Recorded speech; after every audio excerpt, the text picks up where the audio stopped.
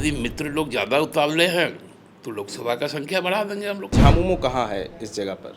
झामुमो जमीन पर। झारखंड में जो भाजपा के पूर्व 3 मुख्यमंत्री रहे, इस बार लोकसभा के चुनाव में मैदान में उतरेंगे। मज़ा आ जाएगा, अब कमल नहीं खिलेगा। जयराम महतो की पार्टी का गठन हुआ है, क्या लगता है कि वो पार्टी आपकी महागठबंधन को किसी तरह से भी हानि पहुंचा पाएगी अगले बार के चुनाव में? तो हर चुनाव में इस तरह के स्पॉन्सर्ड कुछ संगठन सामने आते हैं। 2024 लोकसभा चुनाव को लेकर सभी पार्टियां तैयारी में जुट चुकी हैं। इसको लेकर भाजपा के कई बड़े नेता झारखंड का दौरा भी कर रहे हैं। आज हमारे साथ सुप्रियो भट्टाचार्य जी हैं, इनसे जानेंगे कि झामुमो की लोकसभा चुनाव को लेकर क्या तैयारी है। दादा, सबसे पहले हम आपसे ये जानना चाह रहे हैं कि कल ही अखबार में ये छपा कि कांग्रेस 9 सीट पर चुनाव लड़ना चाह रही है लोकसभा का। आज ये अखबार में आया कि झामुमो 7 सीट पर लड़ना चाह रही है, जहां झामुमो की पकड़ है। ऐसे में कैसे फैसला होगा? देखिए, इस पे कोई आधिकारिक बयान तो किसी का आया नहीं।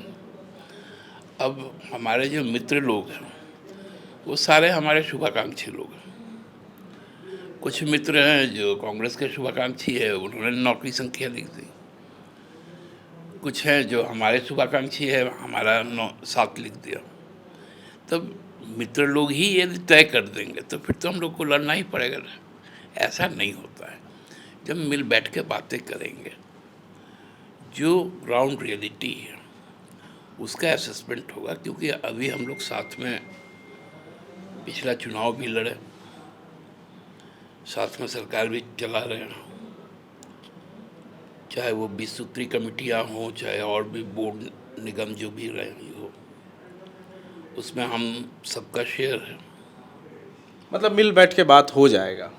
मिल बैठ के ही बात होगा। अब यदि मित्र लोग ज़्यादा उतावले हैं तो लोकसभा का संख्या बढ़ा देंगे हम लोग, क्या दिक्कत है? उन लोगों को कहिए कि लोकसभा का संख्या भी बढ़ा दो, 14 की जगह में 44 कर दो। तो इसमें राजद को कितनी सीटें मिलेंगी?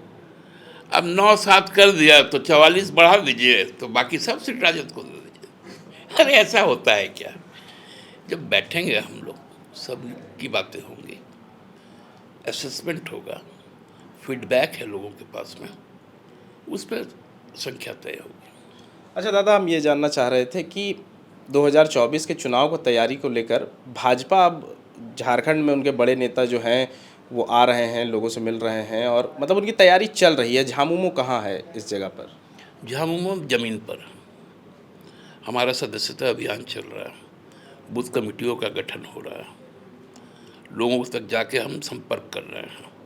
हमारे पास संसाधन का कमी है, उनके पास में अकूत संपत्ति है, उस संपत्ति को कहीं ना कहीं खर्च करना है।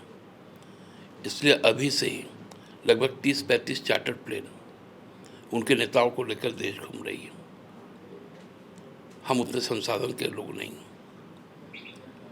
तो ये घूमने से कुछ होता नहीं है। हवा में घूमकर वोट नहीं मिलता है, ज़मीन पर चल के वोट मिलता है। अच्छा, सूत्रों के हवाले से एक खबर है कि झारखंड में जो भाजपा के पूर्व 3 मुख्यमंत्री रहे, इस बार लोकसभा के चुनाव में मैदान में उतरेंगे। क्या ये झामुमो के लिए कठिनाई साबित हो सकता है या कुछ ऐसा खड़ा हो सकता है परेशानी आप लोग के लिए? मज़ा आ जाएगा, मज़ा आ जाएगा। क्यों दादा, मज़ा क्यों आ जाएगा? तीनों लोग का कंपटीशन हो जाएगा कि किनकी हार किन से बड़ी है। ऐसे में तो ये भी देखना होगा कि 2019 के लोकसभा चुनाव में भाजपा 13 सीट पर लड़के 11 जीत गई। ऐसे में इस बार आपके लिए बड़ी चुनौती होगी कि आपका जो आंकड़ा है, आपके पास 1 सीट है, कांग्रेस के पास 1 सीट है, ये कैसे बढ़ाया जाए? तो झामुमो या महागठबंधन जो है, इसको कैसे देख रही कि इसको और सीटों में कैसे तब्दील किया जाए जीत को? देखिए, पिछले बार सांप्रदायिकता का जो कीचड़ है, जो कचरा है, वो समाज में भरा हुआ था। इस बार जनता जाग गई है, उसका परिणाम आएगा 24 में। क्योंकि हम लोगों ने सांप्रदायिकता का, घृणा का, नफरत का जो कादो है, कीचड़ है, उसको समाप्त कर दिया है और समाज में समरसता है। अब कमल नहीं खिलेगा। कमल नहीं खिलाने को लेकर ही कल पटना में सभी विपक्षी दलों का बैठक है।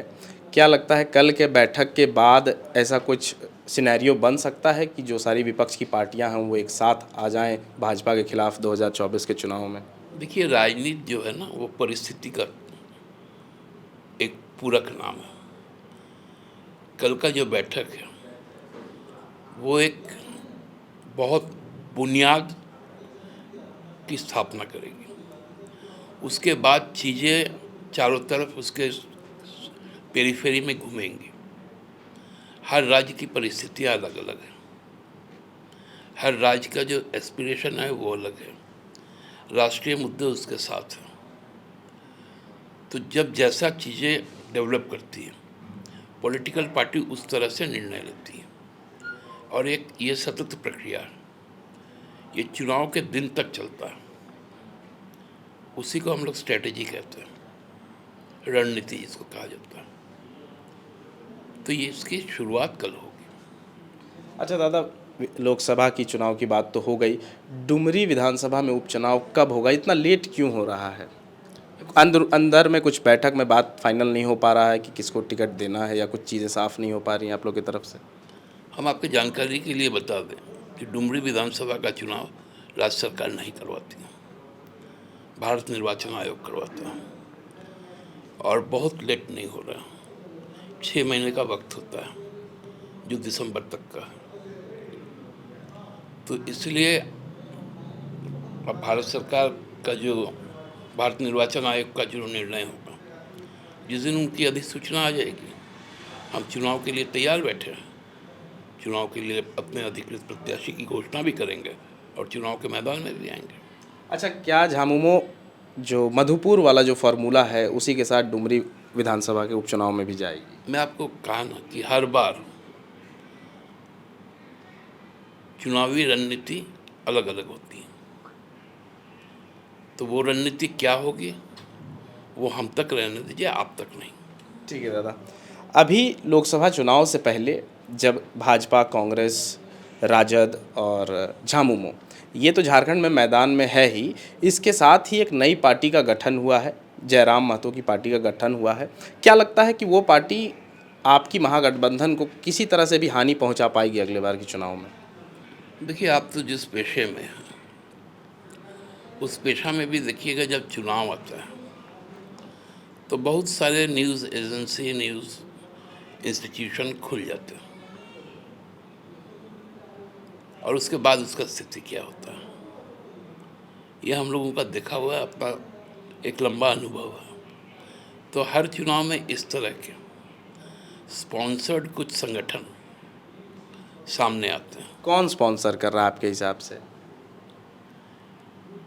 जिनको यहाँ के लोगों की हित की कामना नहीं और जिनके पास संसाधन है। उसमें मात्र एक नाम भारतीय जनता पार्टी का है। वो कई सारे ग्रुप्स अभी इमर्ज हुए हैं। आप तो कल परसों वाला बात कर रहे हैं, 6-7 महीना पहले एक ठो और हुआ था। 3-4 महीना पहले तो एप्लीकेशन मांगा गया कि अप्लाई कीजिए, फॉर्म छपा। फॉर्म छप के कैंडिडेट होता है क्या कोई? तो ये सब सुनने में अच्छा लगता है, आप लोग के लिए भी ये मसाला है और हम लोग के लिए तो गुदगुदी का काम करता है। अच्छा दादा, एक आखिरी सवाल, उस पार्टी का जो पहला अधिवेशन था उसमें जयराम महतो ने आपको खास तौर पर आपका नाम लेकर आपको बाहरी बताया और ये कहा कि अब सुप्रियो भट्टाचार्य हमारे भविष्य का फैसला नहीं लेंगे, इसको कैसे देखते हैं आप? सुप्रियो भट्टाचार्य जी को ये सर्टिफिकेट जयराम महतो से नहीं चाहिए। सुप्रियो भट्टाचार्य जी का एक लंबा इतिहास रहा और संघर्ष से हमने अपनी पहचान बनाई। मेरे खानदान में कोई भी राजनीति में नहीं रहा, हमने इस राज के लिए संघर्ष किया। इसके बाद भी आपको बाहरी कहा जाना? देखिए, ये तो लोगों की सोच है ना,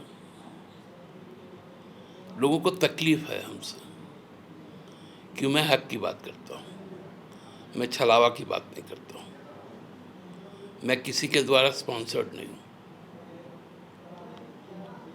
मुझ में ईमान है और ईमान के साथ ही जीता हूँ। तो ये थे हमारे साथ सुप्रियो भट्टाचार्य। अब देखना ये होगा कि जब महागठबंधन के सभी दलों के साथ में बैठक होगी उसके बाद किन सीटों पर कौन से पार्टी के कैंडिडेट खड़ा होंगे, ये तो देखने वाली बात है। फिलहाल के लिए इतना ही। आप देख रहे हैं द फोर्थ पिलर और कैमरे के पीछे हैं राहुल। धन्यवाद। अगर आप चाहते हैं कि हमारे वीडियोस का नोटिफिकेशन आपको बिना देरी के मिलता रहे तो आप इस चैनल को फॉलो और सब्सक्राइब जरूर कर लें। बाकी आप हमारे काम को लेकर कोई सुझाव हमें देना चाहते हो तो कमेंट बॉक्स में आप सादर आमंत्रित हैं। इसके अलावा हमारे वीडियोस आपको अलग अलग ठिकानों जैसे फेसबुक, इंस्टाग्राम, ट्विटर पर भी देखने को मिलेंगे, जिसके लिंक डिस्क्रिप्शन में डाल दिए गए हैं। शुक्रिया।